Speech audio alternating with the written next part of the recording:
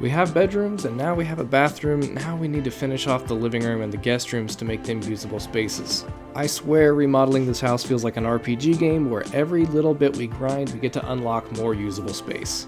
We're going to be taping, bedding, floating, and finishing the walls in this guest room before we move on, but we're not going to paint just yet. We're going to leave that until we're ready to do the other rooms as well. Then we'll give a nice grand reveal, and I think you're going to like what you see. If you've never taped or floated a ceiling before, don't worry, it's okay. I know gravity's not on your side on this one, but even the best people are going to get the floor a little bit muddy, and themselves a little bit muddy as well. It's just part of the process. When you're taping ceiling joints, just like any other joint, it's good to go ahead and pre-fill your cracks with some compound and let it dry. It can help prevent gaps from appearing as the compound shrinks while you're taping. I let that get most of the way dry before I come back with another layer of compound, and that's where I'll bed my tape. I try to apply my compound pretty generously with the anticipation of squeezing a lot out the sides, just so I know that there's going to be no air bubbles behind the tape. Of course, I say that like I'm some kind of old pro, but whenever you look at me work, I'm extremely slow and uncoordinated, so don't take my advice too seriously. I saved doing the ceiling for last because I like it the least. It's the most labor intensive and kind of the most awkward. You can get a taping banjo if you so desire. I didn't get one.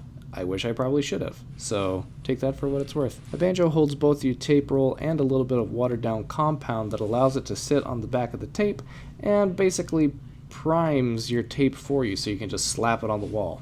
They also make more expensive versions of the tool that allow you to do it all from the ground, but I don't have that kind of money because I'm only doing this once. And while you can probably rent one of those from a local tool store, I recommend doing this by hand at least once so you get a feel for it and have bragging rights and get to suffer a little bit before you realize how great technology is. So basically you can do this job quickly if you have either skill or money, and unfortunately I have neither. But I do have time and a little bit of patience, and that's good enough to get this one done. I just stayed motivated by thinking about how much extra space I was going to have when I was done, and I was still slightly recoiling from the embarrassment of having people stay in this unfinished bedroom and wanting to rectify that as soon as possible.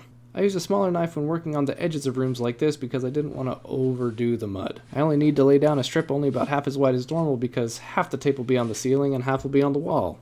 I know there's a specific trowel for this, but it seemed gimmicky to me and I didn't actually want to use it. You can correct me if I'm wrong, but it didn't seem like it would actually be that much of an improvement over using a flat trowel. The one note I have about doing edges like this is make sure you pay special attention to the corners. If you don't have enough tape, you're going to end up with gaps you need to fill, and if you have too much compound, it's going to bulge itself out in a very inconspicuous way until you come back and try to clean it up. It can really throw off the look of your transitions and lines if you have too much mud, so go ahead and clean off as much as you can, leaving just what you need. You can always come back and add more later, but if you leave too much, you're going to have a lot of sanding to do to make it look right again. Just like normal though, once your tape is in place, just give it a nice good press with your flat trowel and get a little bit of compound on the front so that it gets wet, and then leave it to come back and float later. I like the floating step the most because I think it's the easiest. You just get your 12-inch knife out and run it over the seams that you've already taped just to make sure that your butt joints are going to be nice and level all the way across the wall. I do this in a couple of steps where I'll go down the middle the first time and then I'll try to feather out the top and the bottom with subsequent passes, adding a little bit more mud just to try to even things out. Feathering your mud basically just means fading it. So to do this, all you have to do is keep a little bit more pressure on either one side or the other to make sure that you're kind of smoothing it out and not making a giant ridge wherever your knife ends. If you do end up with a little bit of a ridge, it's not that big of a deal. You can either fix it then or just wait for it to dry and come back with a second feather coat, try to even out your seam a little bit more. In my case, I just waited till my skim coat. I'm doing a level 5 drywall finish, so I'm going to be skim coating my entire wall. Skim coating does hide a dozen sins, but it creates about 2 dozen more. Before you call it quits on your floating session, it's good to go ahead and go around the room to correct any egregious mistakes like giant globs that might have made their way onto the wall or any really dry patches. After that, you're ready to start the finish. To make my skimming mud, I'm going to take a normal bucket of compound, remove a couple scoops of it, and then add about a gallon of water into this thing and mix it all up to make it nice and thin.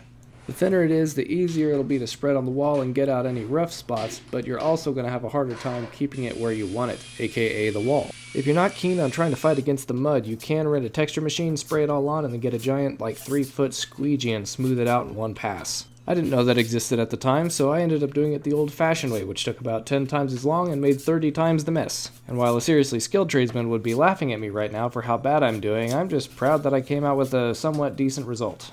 Because like I said in my other video about drywalling, this is one of those things that you can take as much time as you need to get it right, and it's going to look the same as if you did it on the first pass. I just hope you have a lot of sandpaper and a good respirator.